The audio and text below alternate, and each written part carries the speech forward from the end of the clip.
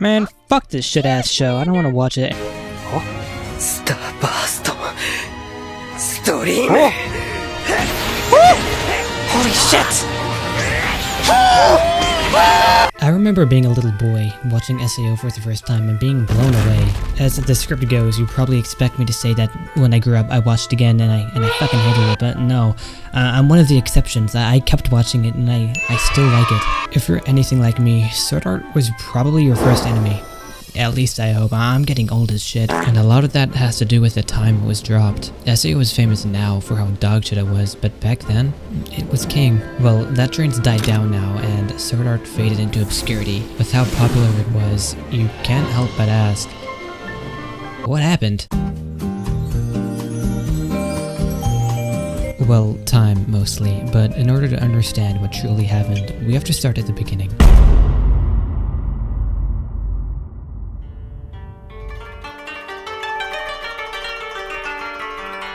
Okay, shit, not that far back, relax. SAO was aired in 2012 during the height of internet gaming. PewDiePie, Markiplier, every Minecraft YouTuber ever.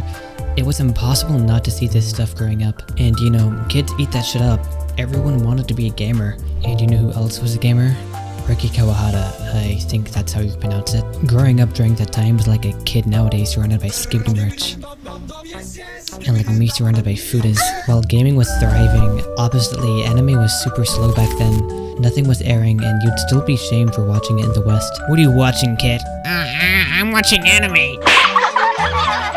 So when Sword Art released during this time, it managed to capture both audiences and combine them. Like I said, back then it was most people's first anime and it introduced a lot of people to an entire medium, which isn't an easy feat. It was so easy to immerse yourself in this anime because of how alive it was. It really felt like a video game. You could see yourself playing it. If I were playing, I'll do this, I'll do that, I'll make this build, I'll say this thing. Honestly, even today, I still catch myself doing this. SAO was alive, not just as an anime, but as a game. The cinematic landscapes, the way the quests had unique item drops, Kirito's fake-ass stats, the sound effects, god, the sound effects, dude. It's something you could actually hear in the video game today, like Zelda. It's still good even today. This stuff is so important when making a world, and they nailed it, you can't deny that. Look at the way Kirito swapped his gear for different enemies. You can't even tell me that isn't something you do too. Fast forward a couple of years, whoosh, our balls drop a little. Anime's now rated based on tit size. The only people bothered enough to make anime videos at that time was fat tabulards. And those fat tabulards had something to say. Sword Art Online is ass. Aincrad art, such a piece of shit. Sword Art Online is widely considered to be the worst anime. They congregated like a hive mind, smothering their obese flesh together. Whatever videos they made, people ate that shit up. If they hated it, everyone hated it. And you know what? They were kind of justified. Sword Art does have stupid shit in it, but why does Kirito low-key dock Sinon? Why is Sinon cool with that? Why is his nickname the Black Beater Blackie the Black Sword? Honestly, I could go on forever about the nitpicks and the stupid shit in SAO. Aincrad's promising but has ass pacing. Alfheim's low-key boring and has a terrible antagonist. Gun Gale's cool, but that shit definitely has its own problems. Most people don't even know what Mother Cesario even is. But let's not pretend like that shit wasn't getting dragged. The hate on Sword Art had such a generational run that it's probably the most hated anime ever. I mean, at least it was. People who didn't even watch anime were hating on it. A few more years passed and that leaves us to where we're at today. SAO's fall from grace can still be felt today. It still has a bad perception. So yeah, answering my earlier question, that's what happened. Let me ask another question. Did SAO deserve the hated god? Well yeah, probably some of it. SAO isn't perfect by any means, but it isn't that bad. Many of our childhood shows are objectively bad in retrospect, so why did SAO get such a bad treatment? Well, probably because it was a content cow. The same reason why it got popular is the same reason why it got hated on. There wasn't anything else to hate on. Yeah, I'm sure there are people who genuinely dislike the show, but I can't say that's the majority. Ask any casual anime fan after the Great Shift about SAO and they would probably say it's ass. Hot take, or maybe lukewarm take, I don't know. but I think a lot of SAO's criticism isn't even founded. Most of it is either criminally stupid takes, misinformation, or gross ignorance. I said SAO hate was kind of justified, and I do mean kind of in the lightest sense. Okay, so end of video, right? SAO is hated because it's a content cow, blah blah, I'm a big tubby futanari. Well, yeah, I am a big tubby futanari, but you've probably noticed the video length isn't over yet. You know how I said that's where we're at earlier? Yeah, I lied. What I just described isn't even like 40% of current day SAO. So no, this video isn't about SAO hate, it's about everything that comes after. Because believe it or not, SAO is still ongoing. So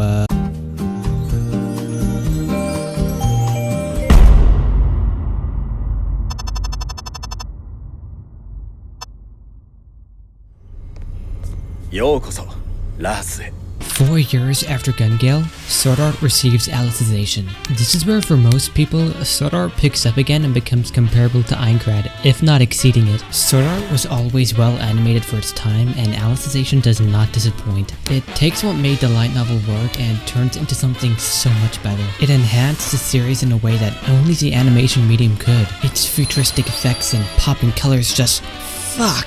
We know Sword Art had great sound design, and Alicization keeps that trend running, pairing it with amazing voice acting.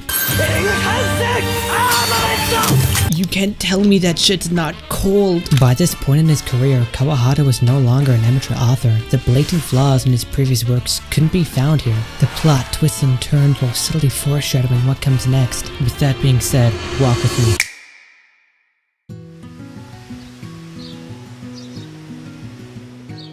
Lush green grass, a blue expanse overhead. A rhythmic banging echoes throughout the environment. 2 boys chopping away tirelessly at the great oak before them. One of those boys none other than Kirito himself. What? Is this possible? The show immediately makes you ask questions. Why is Kirito a child? Are they inside a digital world? Why is his name Yu-Gi-Oh? A mysterious rule set called the Taboo Index seems to govern everybody's lives without exceptions, but it's somehow ineffective against Kirito. Again, we can't help but ask why. All of these questions get answered later on in a satisfying way. You feel rewarded for paying attention, for asking the important questions. This first episode foreshadows so much, it's insane. And you can see this trend throughout the entire first season. We get introduced to our 3 main characters, Yu-Gi-Oh, Alice, and Kirito. We get to see their dynamic and it's pretty cute. But this episode is a tragedy. As the episode progresses, the 3 of them get this stupid idea to explore places they know they shouldn't be. They're kids, it's to be expected. However, things take a dark turn when they venture a little too deep. This shit's dangerous! But they made a fatal mistake. What way did we come from again? And just when they think they found the exit... What the fuck? Bam bam! Dragons fighting in the sky, only in Ohio, bro. This is a spectacle beyond them. A fight that only the elite can participate in. Their attention diverted, Alice is too late to notice the fatal mistake she's made. Just by a fingertip, she broke the Taboo Index. The consequences of such are immediately painted clear to us. A portal opens up above them, observing their every move. They saw what happened and they're here to snitch. Soy boy detected. In just a few hours, the church's top elite pulls up to arrest this tiny little child. These guys don't fuck around. But Kirito is moving differently. Oh shit, he's gonna... Kirito gets fucking grunted by his aura. Yu-Gi-Oh watches, unable to do anything as a searing pain rips into his eyes. He just can't break the index no matter how much he wills it.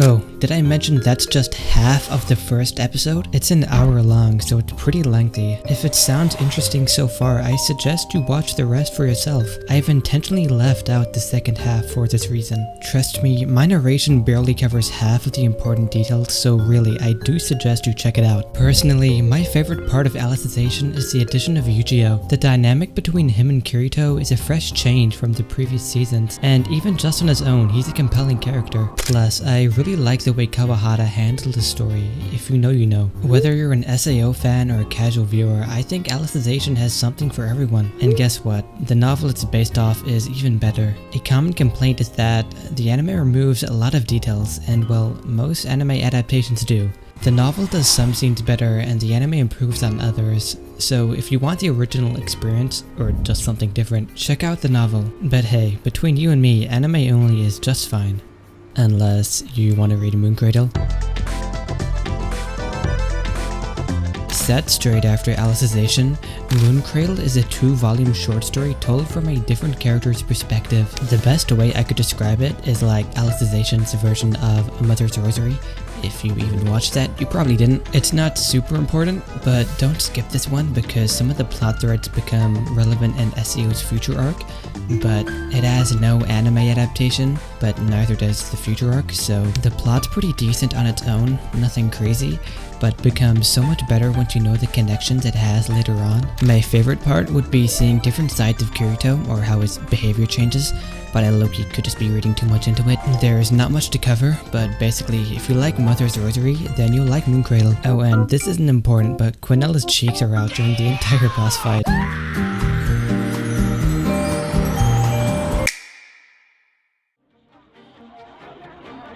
Amazing sound effects, spectacular animation, and stunning visuals. I introduce to you Ordinal Scale. This might be Sword Art at its best, outdoing even Alicization in my opinion. The production here is insane. It mixes snappy fight choreography with deep sound effects to create stunning cinema. Not even to mention the visuals. I mean, look at this. Ordinal Scale is genuine eye candy. This can be credited to the fact that it's a movie exclusive, and you already know anime cooks with their movies. SAO has a running trend of fantastic production, and Ordinal Scale might just take the cake. Like, for example, I can't stop gushing over this sound effect specifically. I watched this movie years ago and that sound effect still lives in my head. The plot's not just serviceable, it's great. It constantly runs back to Aincrad where everything all began. Ordinal Scale builds upon the previous world of SAO and adds new layers. Like for example, the main attraction, the Agma. What makes it special is the same way you can fantasize about Aincrad, you can fantasize about the Agma. Pokemon Go, Google Glass, these are all concepts that actually exist in the real world. Something like the Agma existing in real life doesn't seem that far-fetched, and because of this, it steals your heart. Canonically, Ordinal Scale takes place before Alicization and after Gun Gale. In this world, a new piece of tech called the Agma has quickly become mainstream. Instead of creating a virtual reality, the Agma is an augmented reality machine, hence the name Agma. Everybody, and I mean everybody, is using it. Your crippled neighbor with a sardine addiction, little Timmy, and even your prostate are all on the Agma. But most importantly, a popular game on the Agma called Ordinal Scale is making waves. You and your friends can augment reality to fight monsters that appear in the real world.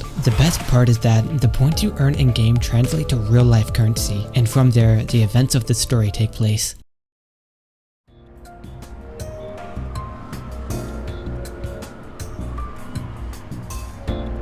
The city moves forward with or without you, a day like any other, or so it seems. Ordinal Scale has been acting up recently. SAO floor bosses have begun showing up across the city, but the thing is, none of the developers have announced such an event. They don't have the rights to Sword Art Online, and it definitely isn't a crossover. Kirito and Asuna, hearing about the news, decide to join one of these boss fights. As seasoned SAO survivors, the allure of nostalgia draws the two. But it's not just them, many more SAO survivors join the cause. Just as everybody gathers together, it finally spawns. アインクラッド大出走ボスモンスター科学者侍ロード The fight is spectacular, with both new and old SAO fans taken away. The boss has crushing sound design and incredible attack patterns. He makes for an amazing introduction to Ordinal Scale. A figure looms ominously from above, stalking the SAO survivors and only the SAO survivors. As the fight continues, something becomes apparent. This isn't VR, and Kirito can't move like he used to. Because of this, it looks like they're losing, but then... the number 2 leaderboard player, Eiji, shows up to turn the tides. And turn the tides he does. His movements are better than Olympic athletes. How the fuck is he doing that? With his help, the battle progresses quickly and Asuna manages to snipe the finishing blow. Everybody is overjoyed. That was a well-made boss fight and even the spectators are impressed. Asuna and Eiji definitely stole the show. We cut back to an SAO survivor walking home when the Agma begins luring him into a deep, dark, secluded... Yo, did this guy watch any horror movie? Fatty McDumbass over here gets cornered in the dark when number 2 shows up. Isn't that the same guy stalking SAO survivors? What's he doing here? He's smiling like a villain and shit. What's he thinking? Yeah, Eiji definitely murked him. Eiji is a mysterious character who becomes, well, less mysterious with time, and changes into one of the best parts of this movie. At only like, hang on, let me check, 20 minutes in. If you're not interested by now, then it's just not for you. And hey, that's fine. I personally didn't like, well, honestly, a lot of anime. Sword Art can't fill everyone's tastes, but with a shorter runtime than most full-length seasons, I'd say check it out. I couldn't mention it in the synopsis, but Ordinal Scale has a really good opening. It talks about the SAO incident in a way that makes old fans like myself go, Hey Grandpa, what's Sword Art? The atmosphere somehow made me feel like I personally was a part of the SAO incident, like it was some kind of real-world event. Talking about SAO like that, it was directly talking to my past, and I'm reaching here, but I would say the entire movie feels like a celebration. But hey, that's just the vibe I got. Maybe you would think differently of it. Also, the notes in my script keep begging me to do this, so...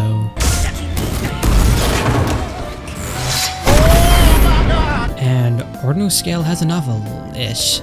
Kawahara tried to make a version that worked with the novel timeline, but gave up and declared the movie canon, but that's not really important. What is important are the 2 side stories. They're both short, like 100 pages short, but I honestly could not tell you where to read them. One's a prequel and the other a sequel, and in my opinion the anime needs to adapt them ASAP, like in a special or something, because they tie a lot of loose ends, so if you actually find a place to read it, you should do so. By the way, they're called Hopeful Chant and Cordial Chords. But first, these novels build off the other novels called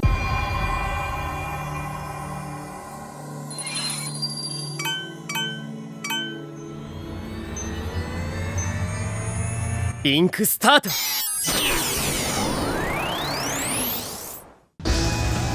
I've been saving the best for last, or I guess second to last. Ever thought to yourself, wow, Aincrad had so much potential, it would be cool if they rewrote it?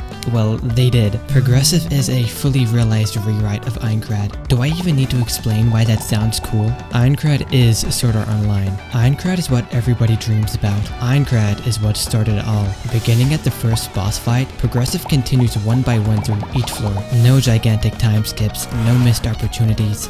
This time around, we get the true SAO experience. Honestly, I've been really excited to talk about Progressive, and I'm sure you can see why. I've reread it the most out of every section because it's just so good. It's genuinely well written, right? It has new lore, more Kirito, more Aincrad. Dude, it's what Sword Art was meant to be. There's no need for me to convince you to read Progressive because you already know what it's about. Trapped in a game where if you die in real life. It's that fantastical world that took anime by storm. If there's anything you take away from this video, it's the fact that Progressive exists, which by the way, released in 2012. Okay, and all of this, everything I just mentioned, existed under your nose for a decade, and not only that, it's still ongoing, so it's not lost media. Why am I so confident you haven't heard of it? Because all the videos hating on Sword Art never mention Progressive. Most of the plot holes they point out were already fixed with the rewrite, and they would have known that if they read it, but they didn't. Except for Mother's Basement, I really don't know if he was that guy. This entire time while the massive hate train trampled SAO, its successor was right there. If it was any other anime, I wouldn't even judge the hate. But the hate targeted at Sword Art wasn't just directed at the anime, it was aimed at the entire franchise. But as I said, Progressive fixes most of the bad writing. The anime was adapted from what was essentially a bunch of stitched together side stories made fucking years ago, but the latter is an actual continuous storyline, which on its own fixes half the issues. If I had to guess, the reason it's kinda obscure is probably a mix of multiple things. Season 1 had a complicated development history, we know that, and Progressive was born off this. Long story short, the anime being adapted was what inspired Kawahara to keep writing Aincrad. Just a few months after the anime's launch, Progressive's first volume drops. It doesn't take a genius to guess that it was probably overshadowed. Also, if anime in general was less popular back then, light novels was in the dirt. Plus, I don't even think it was translated until like a year later. Reading stinks though, fuck novels. Boom, 2 movie adaptations released pretty recently too. I said Ordinal Scale has the best production, and I take that back. The Progressive anime pops like lightning. It's the type of visuals you thought the original Sword Art had. Spectacle is its strong suit, and it's here to show you why. The music not only suits every scene, but is something I actually found myself listening to in my free time. It works with the original motifs to keep it grounded while also adding new stuff. Unlike the novel, the movie is from Asuna's perspective, which lets us see Aincrad through a fresh pair of eyes. This doesn't take away from the plot and breathes new life into the story. The sword skills get buffed to a whole new beast, from a shitty little glow to some walking eyegasm. If story isn't what you want, then the movies are for you. What does he mean by that? The story sucks. While in theory, the technical side is nothing short of cinema, in practice, it's barely even an adaptation. Yeah, they add some nice additional scenes and exclusive content not found in the novels, but most of the scenes they do add, and especially the ones they don't add, almost make it a different story. The biggest issue is the addition of Mito. Not only is she just a bad character on her own, but in order to make her fit, she tramples on everything around her. Important character building, scenes intended for other people, and even just entire characters outright, all replaced with Mito. It's like a bad joke. Leaving it at this would just be sugarcoating it. Dude, her backstory is that she's a pro Tekken player. How dumb can you get? One of my favorite arcs, which explores shit like exploits, detailed game mechanics, bugs, and you know what, I'm not explaining this very well. In my opinion, the best part of storytelling is when authors establish rules and then have characters bend said rules. And players do that all the time in gaming, which just enriches Aincrad so much. Like, yeah, I can totally believe a player would do that shit, but Mito had to remove all of it, and I do mean all of it. Cutting content to make up for runtime isn't a big deal, it's normal. But this is a slap in the face. There is no point in dragging it though, I've already made my opinion pretty clear. And I do mean opinion. Some people fuck with Mito, enough for her to get reworked later on at least. Long story short, if you liked Aincrad and think Progressive sounds cool, just read the novel. The movies are good, don't get me wrong, but only as supplementary. Or if you just don't care. Mito aside, they are actually good adaptations, but I especially say read the novels because they're important to understanding. I can only describe Unital Ring as SAO's final boss. As the latest and currently ongoing arc, it places itself in the unique position of foresight. This means that everything that came before it is available for reference and use, whereas Alicization, Progressive, etc. were all released in varying times, which limited them, and Unital Ring takes full advantage of this. It's the acclamation of all SAO media. The side stories, the novels, the movies, the animes, and even the video games all have a part to play. The name Unital Ring isn't just a meta take on uniting all SAO media, but it fits the story thematically as well, which only proves that Kawahara's writing is at its best here. And Unital Ring is the final arc, which sets up the stakes at the highest they've ever been. If you watched Alicization, you would know that SAO really isn't just a game anymore, and Unital Ring is a direct consequence to the ending. And beyond Alicization, it has major lore implications for both current, present, and future SAO media. Like, for example, Unital Ring being the world beneath Aincrad. Is it a prequel or something else? I don't know, and that's part of the excitement. The characters featured in Unital Ring are confirmed to have connections in Kawahara's future work, Excel World, which proves the decade-long theories of the two being connected. Remember, I said Unital Ring is the acclamation of everything. The story follows two arcs at once, where we see what's happening in Unital Ring and simultaneously the underworld, which is Alicization by the way. I just can't wait for when both plotlines overlap and tie everything together. It's here we get introduced to my two favorite characters, Yulene and Ishtar.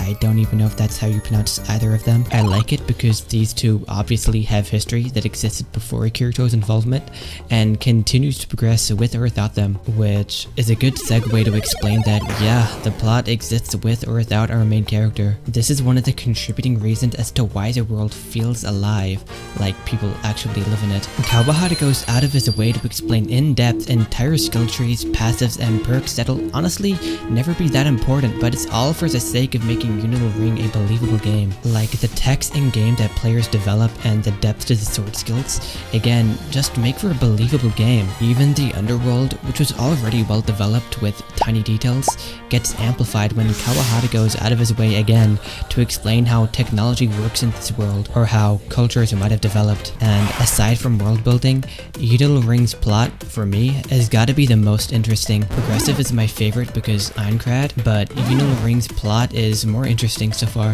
If Alicization had sprinkles of mystery, then Unital Ring is the whole cake. So many plot threads, mysteries, details, fuck! Just when you think you understand the situation, somebody will say something that'll make you go. This is exactly the feeling you want from a good plot.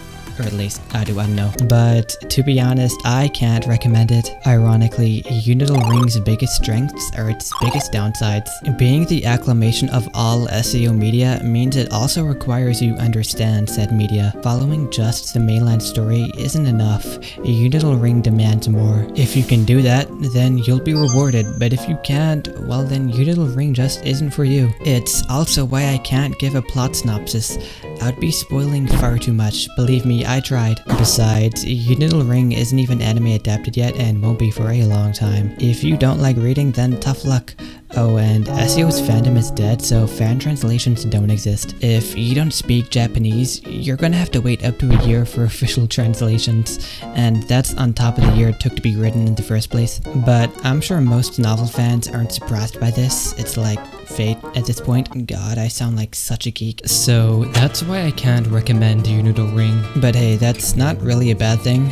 Unital Ring is for pre-existing fans and not newcomers, which is a personal choice, not a flaw. Kawahara knows his audience well, and keeping his perspective more focused has only enhanced the story so far. Like, none of you would understand or care about the impact Excel World Series had been confirmed, or the canonization of video game characters, and honestly good for you, but to those who do, it's like watching history unfold. With Alicization, Ordinal Scale, and Progressive, as long as you watched Season 1 and 2, you could hop in at any order and be fine. But Unital Ring, no, that's not happening. We're getting near the end, and the video is already pretty long, so I'll mention this quickly. Excluding the main plot, there is also all the canon spin-offs, material additions, side stories, etc. But this video is only meant for the mainline canon, and there's honestly too much to even cover. If you're interested though, I'll leave a link in the description that archives them all in one place. This includes Hopeful Chan and Cardio Chords I mentioned before, by the way. And this isn't advertising though, so be careful. Oh, and I'm not even gonna bother covering the non-canon material, which there's a lot. I know this is getting confusing, so if you're genuinely interested in reading or watching SAO, here's a quick guide I made. Okay, this is awkward. And with that, I think I've covered everything. Everything important, at least. I could have made this video a deep dive on SEO's hate, or the genre-defining changes it had, but that was never my goal. Everybody keeps talking about what SEO was or could have been, but I wanted to talk about what it is. And to be honest, I just wanted to talk about the show I like. I really do hope that at least some of you will be intrigued enough to read Progressive or take a look at Ordinal Scale. I know that's unlikely though, because I only realized this after talking to my friend, but I wouldn't actually recommend Sword Art unless you're already familiar with it, so maybe it is trash after all. Anyway, if you made it this far and want more anime/manga videos like this, then consider subscribing. I know it's cliche and all, but it helps the channel out, and I don't really have anything else I want to say, so bye.